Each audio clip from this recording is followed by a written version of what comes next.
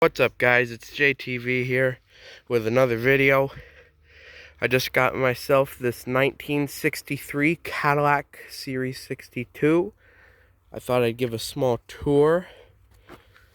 Now, I've only gotten this about like 2 days, or not 2 days, like 4 days ago.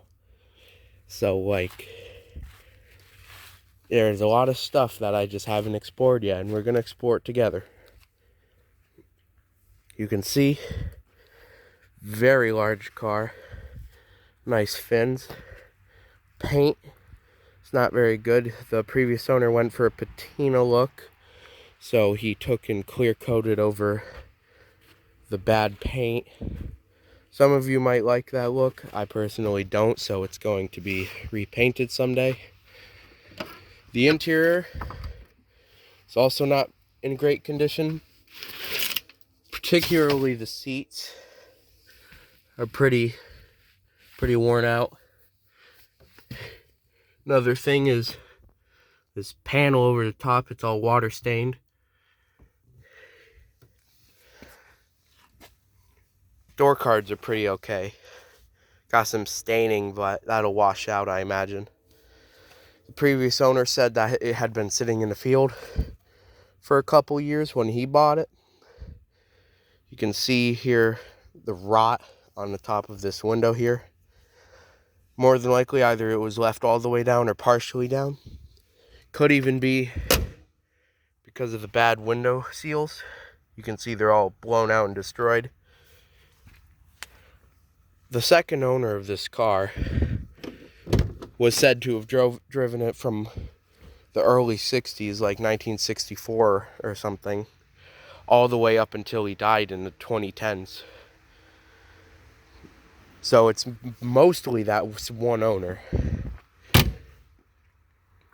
And when he had it, he drove it because it's pretty worn. See all the window seals just gone.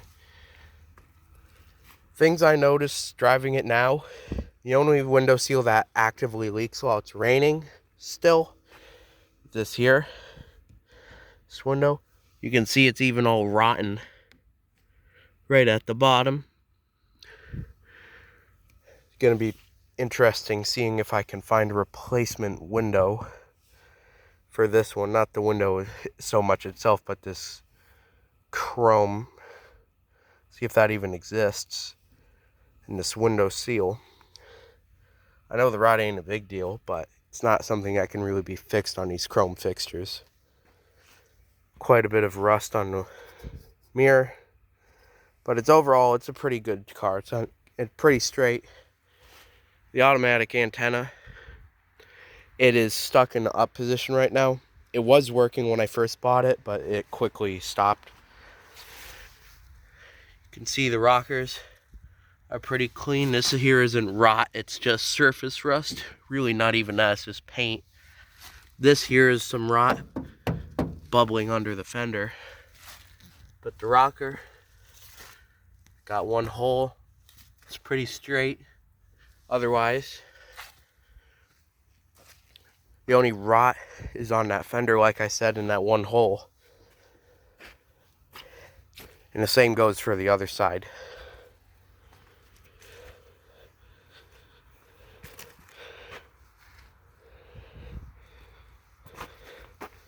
See these holes here. This was from a bull horns the previous owner had installed. I do have those still. I'll show you them in a little bit. But I'm not into that look either, so I took them off.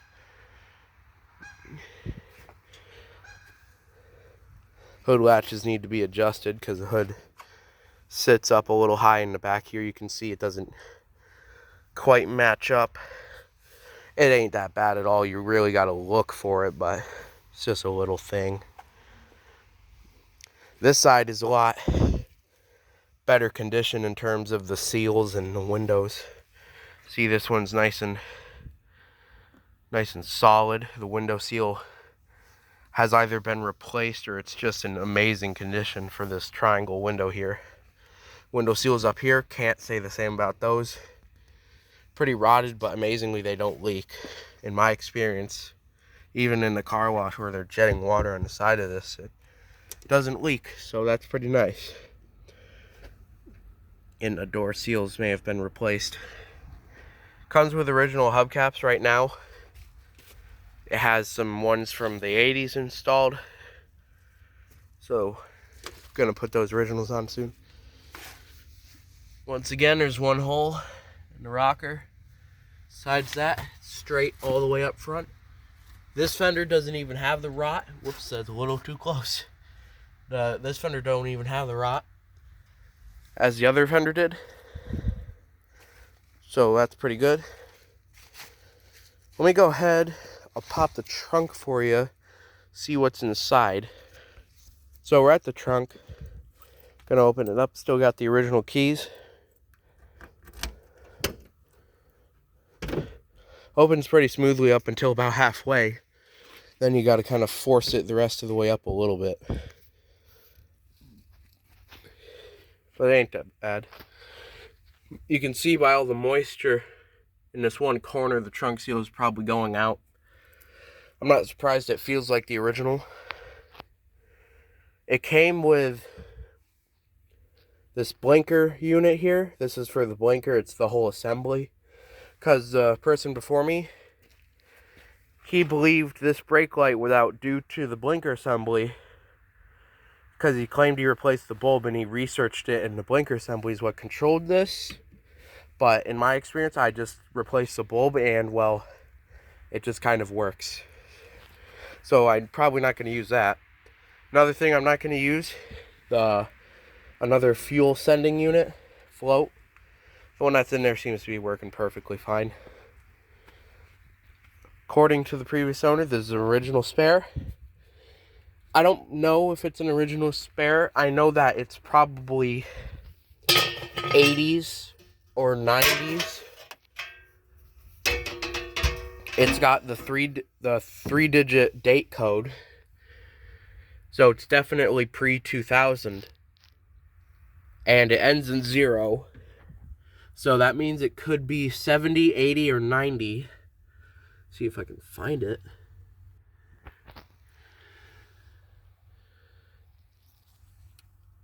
Well, now where are you, silly little guy?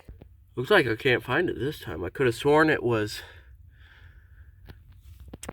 like 1900. Maybe not.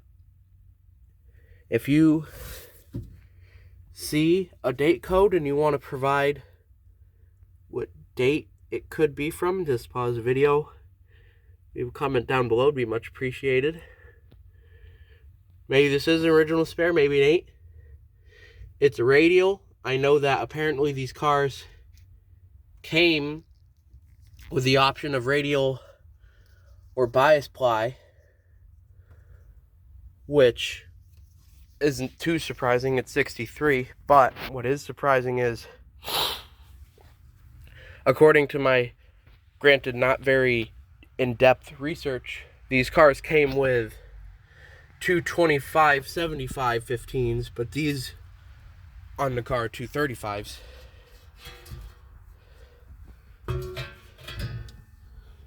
Not a big deal, but just curious.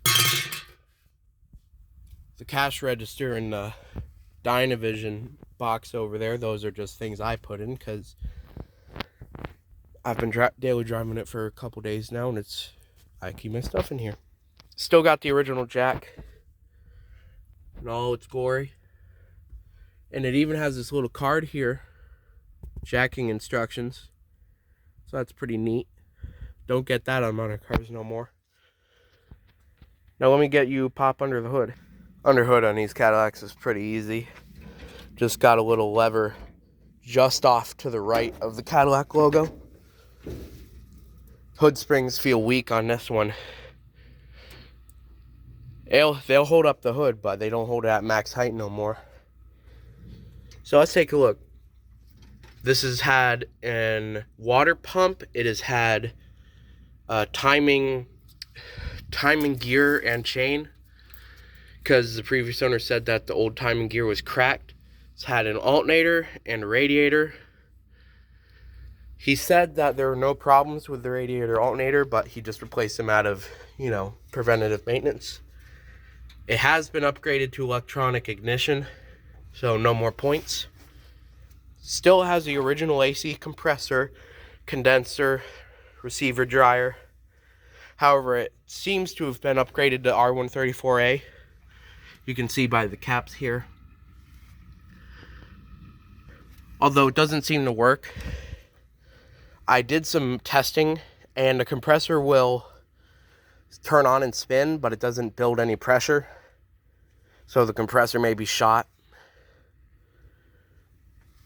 There's this kind of heater vacuum diaphragm over here. Unfortunately, she's broken.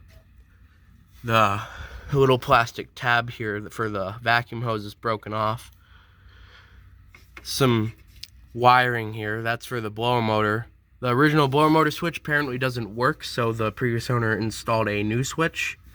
Just a toggle switch on the steering column. But it's not a big deal. Someday I'll fix that. You can see you got your dual hones over here. And here's the washer fluid tank. Washer does not work. Probably an electrical issue. I'm pretty sure it's the switch. But we'll take a closer look at that in another video. Yeah, it's pretty nasty in there. Valve cover seals do leak. I got some new seals you probably saw earlier. Gonna install those. Got a fuel filter here. Nice sediment bowl style.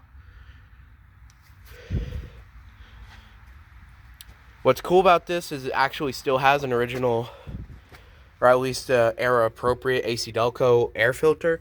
Not just the housing, which of course would be original. It's not like you replace the housing, but let me pop this open. I'll show you the filter. Here's your air filter out in the open. Protect your engine. Replace with AC type A331 AC, or I mean C. It's pretty dirty on one area. Most of it ain't too bad. Probably replace it. Save this one as a little find because it's pretty cool. But I thought that was cool, so I thought I'd show you. One other neat thing I got with this car. Original style breather cap, AC Delco.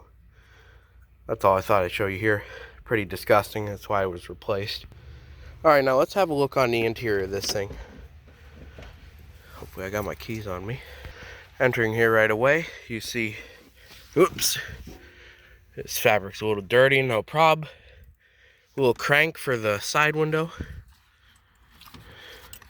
That still works.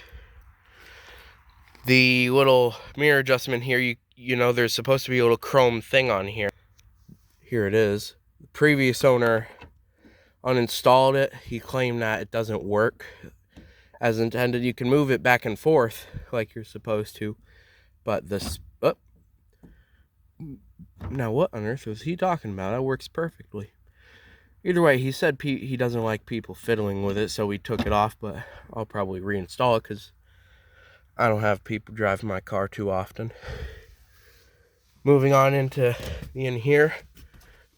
Sorry for your wobbly camera. You got your light switch over here. Speedometer, odometer, trip. There's no trip reset button that I can find yet.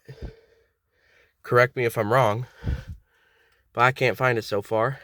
Don't focus on the steering wheel. Got a little courtesy light. It should turn on when the door opens, but the little switch down there is a little fiddly. Here's our climate controls. This is a blower motor switch that is no longer working. And here is the previous owner solution. It does work. And it even only works when the key's on, so that's pretty good. You got your controls here. The difference between defog and de-ice, I'm pretty sure, is just how much air goes down to your feet. De-ice has more to the windshield. Cooler, warmer, it's your run-of-the-mill climate controls. Your wash. Now, because of this, the wiper motor style, you can't just press the wash button and it sprays the windshield without using wipers, it engages low because the washer is just a little plunger that runs off the wiper motor. Medium high. You got your Prindle here, which is not actually a Prindle, it's a PNDDLR, because this is a hydromatic transmission. Radio over here. The fuse is uninstalled for this right now, but when it was installed, the radio works, but I can't pick up no stations on it, even with the antenna fully up. I have no idea what this more stations selection here does. You got your standard run-of-the-mill cold hot, empty full, generator, trunk light. I don't know if that trunk light works. Oil pressure light, I know that works. Clock, that doesn't work. Glove box, and another cigarette lighter ashtray combo. Cigarette lighter ashtray combo don't work. Or, well, not that it don't work, it just doesn't. We can't figure out how to extract it. It's in there. If you look really closely, I can't. I can kind of show you, but try pulling it out, everything, it don't work. When you open this little box, got all my secret registration papers, and we got protection plan, original pamphlet,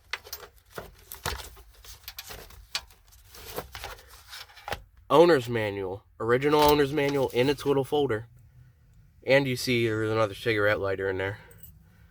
Well, I'm in here, I'll put the little knob back. Now it's time for the moment you've all been waiting for. I've been reviewing all the features of this car, but I haven't actually started yet. Let's go ahead and start it. Its ignition cylinder, it's a little funny, and I'll show you why in a moment. Put your key in there. That's why it's funny. You can take your key out. You can basically start it with any key. I've used this key, the trunk key, and I've used the key off my 41 Chevy. They all work.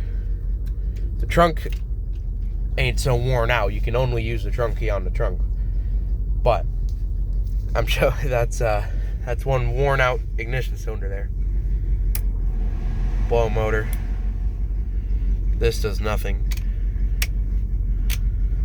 on any of the modes. This is vacuum operated, so you can kind of hear.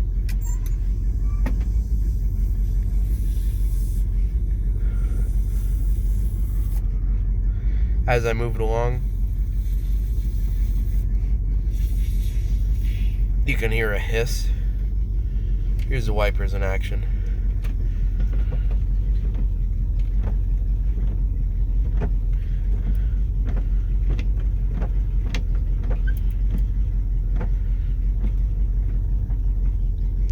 Pretty nice wipers.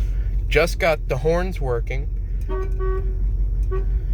I take that back. One of the horns, the low horn, don't work sometimes. Unfortunately, it just quit on me again. I'll have to mess with it later. Like I said, radio fuse unplugged. Clock don't work. Rear view mirror, it's a rear view mirror. There was originally this little tab here that said day, and it broke almost immediately. But it's pretty nice. Window controls still work. Better demonstrated on the other side. That's one of the things I love about these cars. The B-pillar just doesn't exist. So it's just one giant view when you roll down the windows.